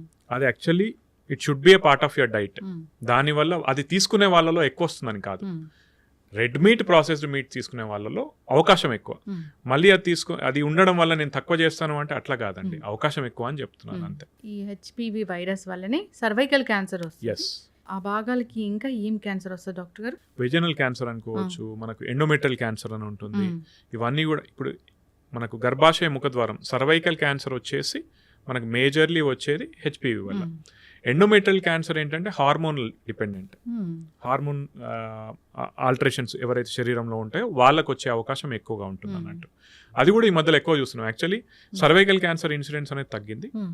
ఎండోమెట్రల్ క్యాన్సర్ అనేది చాలా వరకు పెరిగింది. ఇంకా స్ట్రెస్, రకరకాల అదే ఆహారాలు. అన్నాను కదా, సో దానివల్ల కూడా రిలేషన్ అయి ఉండొచ్చు. మ్మ్. ఇంకోటి ఏంటంటే మన ఇప్పుడు మెనోపాసల్ ఏజ్ గ్రూప్ అంటారు కదా, మ్మ్. అంటే 45 సంవత్సరాలు వచ్చిన వాళ్ళు ఎవరైతే ఉంటారో చాలా మందికి పీరియడ్స్ తగ్గిపోతాయి, మ్మ్. ఆగిపోతాయి. ఒకప్పుడు ఇండియన్ పాపులేషన్ 45 వరకు ఉంది. మ్మ్. ఇప్పుడు ఏంటంటే అది పెరుగుతా ఉందండి, 55 వరకు కూడా నార్మల్ అవును. వస్తా ఉంది. మ్మ్. ఇదేంటంటే this is related to healthy diet as well as healthy life style. దాని యొక్క ఆ ప్రభావం ఏంటంటే మీ శరీరం ఎక్కువగా ఈస్ట్రోడల్, మ్మ్. ఆ ఈస్ట్రోజన్ హార్మోన్ కి మీకు ఎక్కువ రోజులు మీ శరీరంలో అది ప్రొడ్యూస్ అవుతా ఉంది. మ్మ్. That is a risk factor for endometrial and ovarian cancer. So అది కూడా దానివల్ల కూడా మనకి క్యాన్సర్ వచ్చే అవకాశం పెరుగుతూ ఉంటుంది అన్నమాట. ఓకే, ఎస్ డాక్టర్ గారు. ఇందాక మీరు చెప్పారు యానల్ క్యాన్సర్ అనేది, అది ఎందుకు వస్తుంది? అది కూడా చాలా మట్టుకు రిలేటెడ్ టు అగైన్ హెచ్పివి అదొకటి. నెక్స్ట్ ఇంకొకటి ఏంటంటే పైల్స్ ఉన్న వాళ్ళకి కూడా ఆ రిస్క్ అనేది కొంచెం ఎక్కువగా ఉంటుంది. క్రానిక్ ఇరిటేషన్ ఉన్న ఏదైనా కూడా, అంటే కోతికి పుండు పట్టినట్టు అంటారు, ఐడియా ఉందా? కోతికి చిన్న పుండు పడితే అవును. గీస్తూ ఉంటే పెద్దగా అవుతా ఉంటుంది అన్న, చూసారా? సో తొలి దశలోనే మనం అన్ని చేసుకోకుండా అది క్రానిక్గా అక్కడ ఇరిటేట్ అయ్యి అది మళ్ళీ క్యాన్సర్లా మారే అవకాశం ఉంటుంది అన్నట్టు. సో ఎనీ కండిషన్ మనకు ఉందనుకుంటే ఎంత తొందరగా వీలైతే అంత తొందరగా దాన్ని క్యూర్ చేసుకుంటే మనకు మంచిది. బ్రెస్ట్ క్యాన్సర్ కూడా మీరు అన్నట్లుగానే రకరకాల కారణాల వల్ల అవునండి. వస్తుంది. ఇప్పుడు క్యాన్సర్ అంటే ఒక గడ్డేనా? క్యాన్సర్ అంటే ఒక కణితేనా? లేదు, క్యాన్సర్ అంటే ఒక ట్యూమరేనా? అంటే మనకు కనిపించి ఇప్పుడు ఊపిరితిత్తుల్లో క్యాన్సర్ వచ్చింది అంటే అవును. అక్కడ ఒక ట్యూమర్ ఉంటుందా? ఒక గడ్డలాగా ఉంటుందండి. సో గడ్డలాగా లేని క్యాన్సర్స్ ఎట్లా అంటే మళ్ళీ బ్లడ్ క్యాన్సర్స్, లింఫోమాస్, ల్యూకీమియాస్ అంటారు. అవేంటంటే ఇప్పుడు మైలోమా అని ఉంటుంది. అవేంటంటే ఇట్లా గడ్డలాగా కాదండి, ఆ శరీరంలో ఆ కణాలు ఎక్కువైతా ఉంటాయి అన్నట్టు. వాటిని మనం బ్లడ్ టెస్ట్ తోనే చూసుకోగలుగుతాం. ఎస్. ఇప్పుడు క్యాన్సర్ గడ్డ, నార్మల్ గడ్డ, క్యాన్సర్ ట్యూమర్, నార్మల్ ట్యూమర్ అంటే మనం ఎట్లా దాన్ని ఇది క్యాన్సర్ది అని మనం ఏమైనా తెలుసుకోవచ్చా? అవునండి, తెలుసుకునేందుకే మనకు ఉన్నది బయోప్సీ. అట్లా కాకుండా ఇంట్లో తెలుసుకోవచ్చా? అట్లా కాకుండా అంటే మళ్ళీ సిమ్టమ్స్ బట్టే అండి. మీకు సిమ్టమ్స్ వస్తేనే మీరు దాన్ని గమనించి చూసుకోగలుగుతాం, కానీ మ్మ్. బయోప్సీ లేకుండా మీరు డయాగ్నోసిస్ చేయలేరండి. ప్రొవిజనల్ డయాగ్నోసిస్ అంటారు, అంటే ఇది క్యాన్సర్ ఏమో అని చెప్పగలుగుతాం, కానీ మ్మ్. బయోప్సీ తీస్తేనే, అక్కడ నుంచి చిన్న పీస్ తీసి మైక్రోస్కోప్ లో టెస్ట్ చేస్తేనే మ్మ్. మనం అది ఖచ్చితంగా క్యాన్సర్ అని ఇప్పుడు చెప్పగలుగుతాం. నొప్పి లేని గడ్డలన్నీ క్యాన్సర్ గడ్డలేనా డాక్టర్ గారు? నొప్పి లేని గడ్డలు అన్ని కాదండి, మ్మ్. ఎక్కువ శాతం. ఎస్, మీరు పర్సంటేజ్ ప్రకారం చూస్తే కనుక నొప్పి లేని గడ్డ ఇట్లా చెప్తే మళ్ళీ వెంటనే నాకు ఇక్కడ గడ్డ ఉందని చాలా మంది వస్తారు. కాదండి, చాలా మట్టుకు ఫ్యాట్ లైపోమాస్ అంటారు, మ్మ్. మొబైల్ ఉంటాయి, మ్మ్. చాలా మందికి ఉంటాయి, నాకు 2-3 ఉన్నాయి. మ్మ్. అవన్నీ క్యాన్సర్ గడ్డలు కాదు. మ్మ్. ఇప్పుడు నెక్స్ట్ క్వశ్చన్ రావచ్చు అంటే, ఒకవేళ నేను ఎట్లా తెలుసుకోవాలి శరీరం మీద నాకు ఉంది అనుకుంటే కానీ, ఒకవేళ మొబైల్ ఉన్నాయి, సాఫ్ట్ ఉన్నాయి, అంటే అటు ఇటు కదులుతున్నాయి, సాఫ్ట్ ఉన్నాయి, దాని మీద నా స్కిన్ ఏమి ఇన్వాల్వ్ అవ్వలేదు, లోపల నాకు కణితిలాగా కనిపిస్తుంది, అది అటు ఇటు ఊగుతుంది, దాని మీద ఉన్న చర్మం ఏమి ఇన్వాల్వ్ అవ్వలేదు, అది పెరగట్లేదు. అంటే పెరగట్లేదంటే ఇంత చిన్నగా ఉన్నది, కొంచెమే ఉన్నది, కొంచెం పెరుగుతుంది. నాకు ఒక 2-3 నెలలు అది అమాంతం పెరిగింది, గట్టిగా ఉంది, నొప్పి లేదు, స్కిన్ కూడా ఇన్వాల్వ్ అయింది, ఎస్, అది క్యాన్సర్ అవ్వచ్చు. ఇప్పుడు ఈ ట్యూమర్స్ ఇట్లా ఉంటాయి, లంప్స్ అంటారు వాటిని వాడుక భాషలో, అంటే మేము అనమండి, జనరల్ వాడుక భాషలో లంప్స్ అంటారు, ట్యూమర్స్ అంటారు, సో గడ్డలు ఇట్లా అంటారు. మనం ఐడెంటిఫై చేయొచ్చు. ఇప్పుడు బ్రెయిన్ లో వచ్చింది Hmm. లేదా బ్లడ్ క్యాన్సర్ వచ్చింది, Hmm. Blood cancer Hmm. లక్షణాలు ఎట్లా ఉంటాయి? బ్లడ్ క్యాన్సర్ అంటే చాలా మందికి ఎట్లా ఉంటాయంటే, Hmm. లో గ్రేడ్ ఫీవర్ ఉంటుంది కొంతమందికి. ఎట్లా అంటే ఫీవర్ ఉంటుంది కానీ 100 దాటదు, Hmm. కానీ ఎప్పుడు అది ఉంటుంది ఫీవర్ వాళ్ళకి. నైట్ స్వెట్స్ అంటే రాత్రిపూట ఇంకా తీవ్రంగా చెమటలు పడతాయి, Hmm. ఒకటి. Next weight loss. మీరు డ్రాస్టిక్గా 6 నెలల్లో 10 కిలోల కన్నా ఎక్కువ తగ్గుతున్నారు, ఆకలి అనిపించట్లేదు బిల్కుల్, that may be those may be major symptoms of blood cancer. Pre symptoms అనొచ్చా వీటిని? ప్రీ సిమ్టమ్స్ అని కాదండి, అది డెవలప్ అవుతాయి. ఇంకా కొంతమందికి ఎట్లా అంటే జస్ట్ బ్లడ్ టెస్ట్ చేశారు, ఆ బ్లడ్ టెస్ట్ లో చూసరికి తెల్ల రక్త కణాలు 1,00,000 కన్నా ఎక్కువగా ఉన్నాయి, వాళ్ళు టెస్ట్ చేయించుకో. ఉన్నా కానీ ప్రాబ్లమే, అందులో ఎక్కువనే ఉంటాయండి ల్యూకిమియాలో. జనరల్ గా తెల్ల రక్త కణాలు ఎక్కువ ఉంటే అదేదో మన ఇమ్యూనిటీ బాగున్నట్టు అట్లా కాదా? అట్లా కానీ ప్రతికి రేంజ్ ఉంటుందండి. మీకు ఆ రేంజ్ దాటి 1,00,000 దాటుతున్నాయంటే డెఫినెట్లీ ఆ టెస్ట్ చేయించుకోవాలి. ఓకే. ఇప్పుడు బ్రెయిన్ ట్యూమర్ వచ్చింది అనుకోండి డాక్టర్ గారు, అది ట్యూమరు, అది క్యాన్సర్, అట్లా లక్షణాలు ఏమైనా వేరుగా ఉంటాయా? ఇప్పుడు బ్రెయిన్లో వచ్చే గడ్డలు majority will be cancerous only అండి. ఓకేనా? ఓకే, బినైన్ అంటే గడ్డనే కానీ క్యాన్సర్ లాగా పెరగని ఉంటాయా అంటే ఎస్ ఉంటాయి. ఒకటి పిట్యూటరీలో ఉంటాయి, పిట్యూటరీ గ్రంథి అని ఉంటుంది, అక్కడ వస్తే మాత్రం most of them will be non cancerous. కానీ ఇంకొకటి స్క్వానోమా అని ఉంటుంది, అంటే మన వినికిడికి సంబంధించిన నరానికి పట్టిన స్క్వానోమా అని ఉంటుంది, అవి పెద్దగా ఉంటాయి కానీ వాటి వల్ల ప్రాణానికి హాని ఉండదు. ఓకేనా? కానీ ఏమవుతుంది, ఒకవేళ పిట్యూటరీ గ్రంథి కనుక దెబ్బతింది అనుకోండి, మళ్ళీ మీ హార్మోనల్ ఇంబ్యాలెన్స్ వస్తుంది. దానివల్ల సిండ్రోమ్స్ ఉంటాయి, కుషింగ్ సిండ్రోమ్స్ అని, యాక్రోమెగాలి అని ఉంటాయి అన్నట్టు. అది మీ జీవన శైలిని బాగా దెబ్బతీస్తూ ఉంటుంది. ఇంకొకటి ఏంటి, కనుచూపుకు సంబంధించిన నర్వ్స్ ఏవైతే ఉంటాయో అది పిట్యూటరీ గ్రంథికి దగ్గరగా ఉంటాయి, ఇది వెళ్ళి దాన్ని ప్రెస్ చేసింది అనుకోండి, కనుచూపు మీద ప్రభావం పడుతుంది. రెండోది, వినికిడికి సంబంధించిన నర్వ్ ఏదైతే ఉందో అదే మన బ్యాలెన్స్ కూడా సంబంధించిన నర్వ్ అదేనండి. అక్కడ కూడా ఒకవేళ కణితి వచ్చింది అనుకోండి, మీ ప్రాణానికి హాని కలిగించవచ్చు, కానీ మీ నడుస్తున్నారు ఇంబ్యాలెన్స్ వచ్చేస్తుంది, వినికిడి లోపం. మనకు అప్పుడప్పుడు చెవిలో నీళ్లు పోతే ఒక సౌండ్ వస్తుంది, టినిటస్ అంటారు, అట్లా లక్షణాలు వస్తూ ఉంటాయి. అవి ఒకవేళ కంటిన్యూస్ పర్సిస్ట్ అవుతా ఉంటే మనం ఒకవేళ స్కాన్ చేసుకుని వీలైతే ఆపరేషన్. ఓకేనా? కొన్ని ఎట్లా ఉంటాయంటే చిన్నగా ఉంటాయి, వాటికి ఆపరేషన్ లేకుండా మనం రేడియేషన్తో వీ కెన్ మేనేజ్ దోస్. ఏ క్యాన్సర్ అయినా కానీ ఈ లక్షణాలు ఉంటాయి అంటే ఏముంటాయి? అట్లా ఏమున్నాయండి ర్యాండమ్గా, మనకు ఏ భాగం ఎఫెక్ట్ అయిందో దాన్ని బట్టి లక్షణాలు ఉంటాయి తప్పితే ఈ లక్షణం ఉంటే ఈ క్యాన్సర్ నో యూ కెనాట్. అయితే చాలామంది ఇప్పుడు ఏం టెస్ట్ చేస్తున్నారంటే, ఒకవేళ గనక మీరు అన్ని ఎక్కడ క్యాన్సర్ ఉన్నా ఏదైనా ఒక టెస్ట్తోని మనం పసిగట్టే అవకాశం ఉందా అంటే ఎస్, ఒక బ్లడ్ టెస్ట్ వస్తుంది, ఇంకా స్టడీ ఫేస్లోనే ఉంది.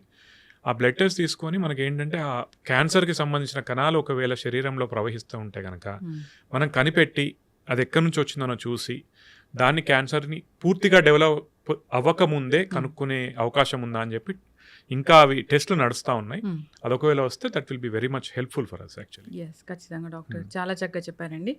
ఇప్పుడైతే ఏదైనా భయం ఉందనిపిస్తే మీరు అన్నట్లుగా ఇప్పుడు బ్రెస్ట్ క్యాన్సర్ అనుకోండి, దానికి ఒక టెస్ట్ ఉంటుంది, మ్యామోగ్రఫీ, అలాంటి టెస్ట్. యాక్చువల్లీ మ్యామోగ్రఫీ అనేది స్క్రీనింగ్ గైడ్ లైన్ అండి, అంటే అందరికీ చేపిస్తాం కానీ యాక్చువల్లీ రూల్ ప్రకారం పోతే 40 సంవత్సరాలు దాటిన ప్రతి మహిళ అట్లీస్ట్ 1 to 2 years ఒకసారి మ్యామోగ్రఫీ చేయించుకోవాలి.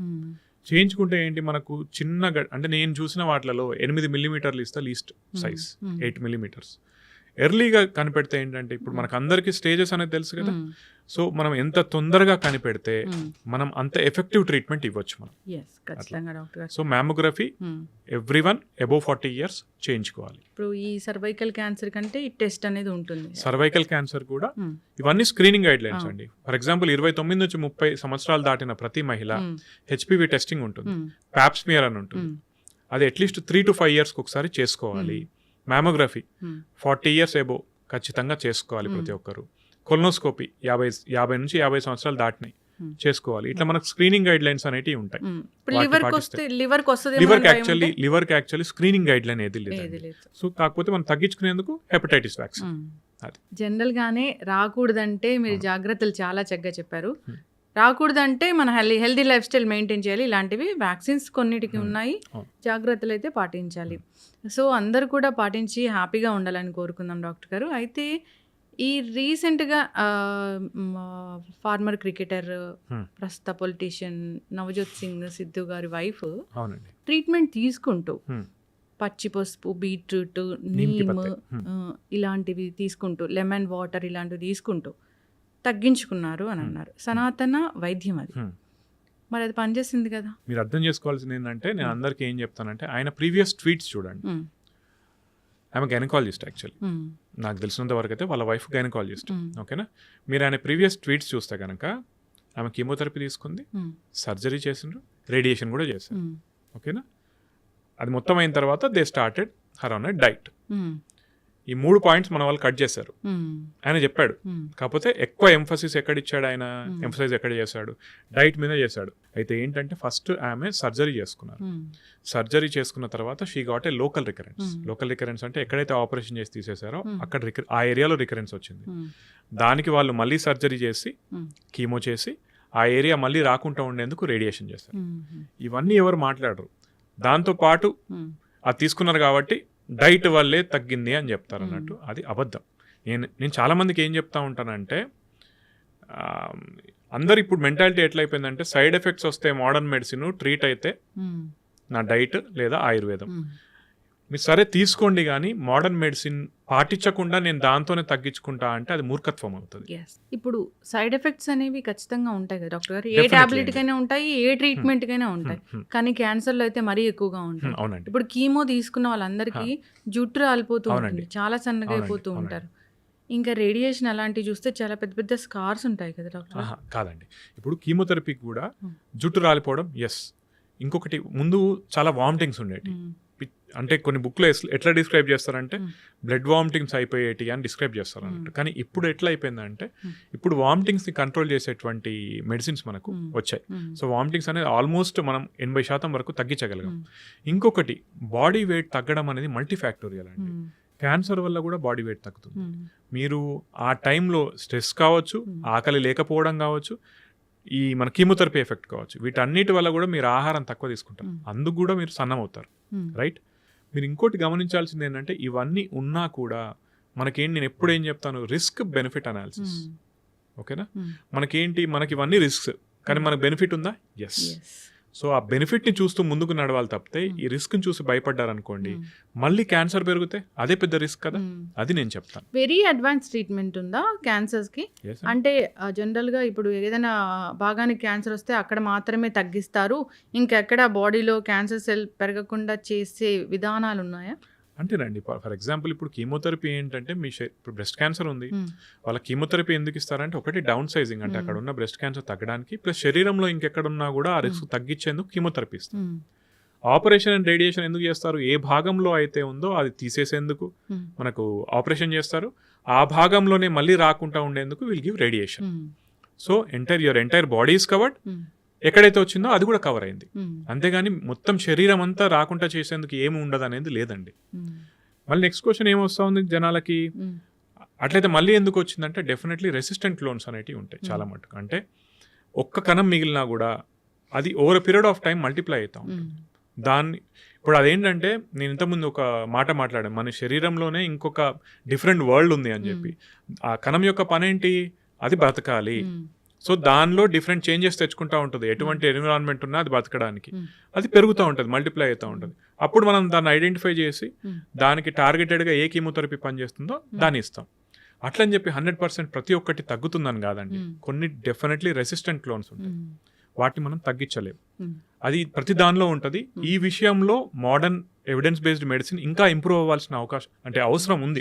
డైట్స్ మాట్లాడుకుంటే మీరు చెప్పారు ఇంతకుముందు, ప్యాక్డ్ ఫుడ్ అలాంటివి తీసుకోకూడదు, జంక్ ఫుడ్ అలాంటివి తీసుకోకూడదు, నార్మల్గా మన ఇంట్లో తీసుకునే ఫుడ్ ఓకే అని అన్నారు. ఓకే కదా నార్మల్గా ఇంట్లో తీసుకునే ఫుడ్ అంటే? ఎస్ అండి, డెఫినెట్లీ ఓకే. ఇంకొకటి, నేను ఇంకొక స్టెప్ ముందుకేసి ఏమంటానంటే, వీలైతే మళ్ళీ తిడతారేమో కమెంట్లో నాకు తెలియదు, కానీ వీలైతే మీ కూరగాయలు మీరు పండించుకోండి, మీ రైస్ మీరు పండించుకోండి. నాకు చిన్న ల్యాండ్ లీజ్ తీసుకొని నేను అందులో ఏం చేస్తానంటే నా కూరగాయల వరకు నేను పండించుకుంటాను, నా రైస్ వరకు నేను తీసుకుంటాను, అందులో ఏం మిగతా పెస్టిసైడ్స్ కానీ ఏది వాడకుండా నేను చూసుకోగలుగుతున్నాను. ఓకేనా. అందరూ అట్లా చేసుకోకపోవచ్చు, కానీ వీలైతే కనుక అది పాటించండి. ఎందుకంటే అట్లీస్ట్ ఇప్పుడు ఇంకొకటి ఏంటంటే దీని స్టడీస్ కూడా ఉన్నాయండి. మనం ఫెర్టిలైజర్స్ కానీ పెస్టిసైడ్స్ వాడడం వల్ల క్యాన్సర్ వస్తుందా అని స్టడీస్ ఉన్నాయి. అది యూజ్ చేసేటువంటి ఫార్మర్స్కి ఎక్కువ రిస్క్, కానీ అల్టిమేట్లీ ఎండ్ కన్జ్యూమర్కి అంత రిస్క్ కాదని స్టడీ ఉంది. ఓకేనా. కానీ నేను ఇంకా ఏమంటానంటే ఇప్పుడు తెలియకపోవచ్చు, నేను ఇంతకుముందు ఏమన్నానంటే ప్రతి శరీరం ఒకటే రకంగా పనిచేయకపోవచ్చు, మీకు అది రిస్క్ అవ్వచ్చు. దాన్ని తగ్గించేందుకు ఏం చేయాలో మీ అంతటా మీరే చూసుకోవాలండి. నా మట్టుకు నేను ప్యూర్ మిల్క్, నాకు సంబంధించిన నా బర్రె ఉంది ఒకటి, దాని నుంచి తెచ్చుకొని తాగుతాను. నాకు సంబంధించిన వరకు నాకు వీలవుతుంది కాబట్టి. మళ్ళీ నాకు పెద్ద డబ్బులు ఏం లేవండి, నేను అనేది అది కూడా లీజే తీసుకున్నాను ల్యాండ్. మళ్ళీ కమెంట్లలో ఎవరైనా పెడుతున్నాను డబ్బులు ఎక్కువనే అని చెప్పి, నా ల్యాండ్ లీజ్ తీసుకున్నాను, దానిలో నాకు సంబంధించిన వరకు ఫుడ్ గ్రో చేసుకొని, అంటే నా మట్టుకున్న రిస్క్ ఫ్యాక్టర్స్ నేను తగ్గించుకోగలుగుతున్నాను. మీ బాడీ, మీ శరీరం Hmm. రిస్క్ తగ్గించుకోవాల్సిన బాధ్యత మీది. Hmm. అది ఎట్లా వీలవుతుంది అనేది మీరు చూసుకోవాలి. ఎస్. అయితే డాక్టర్ గారు ఇప్పుడు నాన్ స్టిక్స్, అల్యూమినియంస్, హా. Oils, Hmm. మీరు అన్నట్లుగా వెరీ పాలిష్డ్ రైస్, అవునండి. Sugar, Hmm. సాల్ట్ ఇలా చెప్తారు కదా. అవునండి. ఈ లిస్ట్లో ఏముంటాయి అసలు క్యాన్సర్ని బాగా వచ్చేలాగా చేసేవి మన ఇంట్లో ఉండే ఆహారం? ఆర్టిఫిషియల్ స్వీట్నర్స్ కావచ్చు అండి, ప్లస్ ఇప్పుడు కల్తీ బాగా ఎక్కువైపోతుందండి. Hmm. ఇప్పుడు షుగర్ మీరు తినేది ఆర్టిఫిషియల్ షుగరా లేకుంటే ఆర్టిఫిషియల్ స్వీట్నెస్ యాడ్ చేసిన షుగరా లేదా న్యాచురల్లీ వచ్చిన షుగరా అనేది, అంటే మన చెరుకు నుంచి తీసినటువంటి దాని నుంచి వచ్చిందా అనేది మనకు ఐడియా లేదు. ఓ, అంటే ఒకటి ఈ షుగర్లో కూడా ఆర్టిఫిషియల్ ఉండొచ్చు. అంటే నేను ఇంకొకటి ఏంటంటే, మీరు ఒకవేళ నాన్ స్టిక్ అది ఉందన్నారు కదా, దాని మీద చాలా స్టడీస్ జరిగినాయండి. యాక్చువల్లీ నాన్ స్టిక్ ఏవైతే ఉన్నాయో దాని నుంచి వచ్చే మెటీరియల్ సపరేట్గా చూస్తే, అంటే ల్యాబ్ గ్రూన్లో చూస్తే కనుక, ల్యాబ్ ఎన్విరాన్మెంట్లో చూస్తే that may B link to cancer. కానీ అది వాడడం వల్ల, దానిలో ఎక్కువసేపు ఫ్రై చేయడం వల్ల మనిషికి క్యాన్సర్ వచ్చిందా అనేది ఇంకా తెలియలేదు. కానీ నేనేమంటానంటే, నీకు అక్కడ దానిలో ఏదో ఒకటి, ఇప్పుడు అంతెందుకండి, ఆర్టిఫిషియల్ కలర్స్ కూడా, కొన్ని ఆర్టిఫిషియల్ కలరింగ్ ఏజెంట్స్ కూడా క్యాన్సర్కి రిస్క్ అని వచ్చింది. ఇప్పుడు మనం బయట మంచూరియా కావచ్చు, ఏ తిన్నా కూడా అందులో ఆర్టిఫిషియల్ కలరింగ్ ఏజెంట్స్ యూస్ చేస్తారు. ఐస్ క్రీమ్ అంటారు for example. Ice cream is not ice cream, తెలుసు కదా మీకు అది. అవును. ఐస్ క్రీమ్ అన్ని రిఫైన్డ్ అవును. ఆయిల్స్ నుంచి Oils, తయారు చేస్తారు. ప్యూర్ మిల్క్ నుంచి తయారు చేసేటి కొన్ని బ్రాండ్సే ఉన్నాయి. దానిలో కలరింగ్ ఏజెంట్స్ యాడ్ చేస్తారు, దాన్ని అవన్నీ చేస్తారు కదా. కానీ మరి అవన్నీ తింటాం కదా మనం. నేను అనేది ఏంటంటే, వాటికి రిస్క్ ఉంది, ఇంకా ప్రూఫ్ లేదు, బట్ మీరు తగ్గించుకోగలిగితే చాలా మంచిది. ఆయిల్ ఏది మంచిదంట డాక్టర్ గారు? ఇప్పుడు చాలా మంది ఆలివ్ ఆయిల్ వాడతారండి. మేము చిన్నప్పుడు పల్లెన వాడేటోళ్ళం. ఇంట్లో వాళ్ళు, అంటే వాళ్ళు అక్కడ పల్లెల నుంచి తీసిచ్చేవాళ్ళు, డైరెక్ట్ వాడేవాళ్ళం. గానుగ నూనె ఏదో చేసి వాడుతూ ఉన్నారు. చాలా ఆయిల్స్, సన్ఫ్లవర్ ఆయిల్ మంచిది అంటారు, కానీ నీకు వచ్చిన సన్ఫ్లవర్ ఆయిల్ కాదో నీకు తెలియదు. కల్తీలు ఎక్కువైపోయాయండి. అంటే నేను దానిలో ఏం భాగస్వామ్యం లేదు నాకు, కానీ నా ఉద్దేశం ఏంటంటే కల్తీలు ఎక్కువైపోయాయి. మీకు తెలిసి ఇంకొకటి ఏంటంటే, చాలా మంది బ్రాండ్స్ ఉంటాయి చూసారా, బ్రాండ్కి ఎక్కువ డబ్బు అని చెప్పి చిన్న బ్రాండ్స్ తీసుకునే అవకాశం ఉంటుంది. ఇదేదో బిజినెస్ ప్రమోషన్ అని కాదు, కానీ కొన్నిసార్లు ఏమంటాయంటే, కొన్నిసార్లే మళ్ళీ నేను చెప్పేది, మనం ఎక్కువ డబ్బులు పెట్టినప్పుడు వాళ్ళు క్వాలిటీ అనాలిసిస్ అనేది కొంచెం ప్రాపర్గా చూసుకోగలుగుతారు. సో మీరు కనుక అఫోర్డబుల్ అయితే any good brands, they are good for you. ఖచ్చితంగా డాక్టర్ గారు, చాలా చక్కటి ఇన్ఫర్మేషన్ అండి. మన జీవన విధానం ఎలా ఉండాలి, క్యాన్సర్ రాకుండా ఎలాంటి జాగ్రత్తలు తీసుకోవాలి, ఎలాంటి ఆహార నియమాలు పాటించాలి, వస్తుందని ఎలా తెలుస్తుంది, లక్షణాలు ఏముంటాయి, మనము వదిలేస్తే అది ఎక్కువగా పెద్ద క్యాన్సర్ అయ్యే అవకాశం ఉంటుంది, వేరే స్టేజ్కి వెళ్ళే అవకాశం ఉంటుంది, ట్రీట్మెంట్స్ ఏమున్నాయి, మనం ఏం తప్పులు చేస్తున్నాం ట్రీట్మెంట్స్లో కూడా. సో చాలా చక్కగా చెప్పారు డాక్టర్ గారు. ఈ పాడ్కాస్ట్ సిరీస్ అనేది కంటిన్యూ చేద్దాం క్యాన్సర్ గురించి. జనరల్గా నాకు ఇంకా చాలా క్వశ్చన్స్ ఉన్నాయి. షూర్ అండి. మిత్స్ ఏంటి, ఫ్యాక్ట్స్ ఏంటి, ఇలాంటివి కంటిన్యూ చేద్దాం డాక్టర్ గారు. చాలా చక్కటి ఇన్ఫర్మేషన్ అండి. ధన్యవాదాలు. థ్యాంక్ యూ సో మచ్ అండి.